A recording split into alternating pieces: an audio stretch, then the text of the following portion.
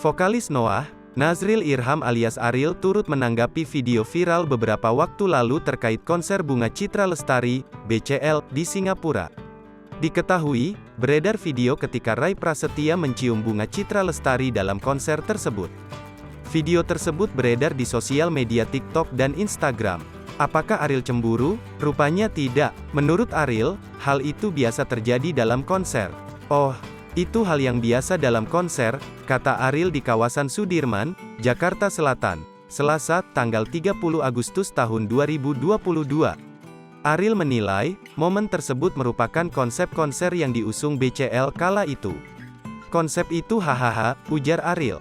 Sebagai tambahan, dalam beberapa video yang beredar terlihat Rai Prasetya mengambil kesempatan menyium pipi BCL saat keduanya berduet.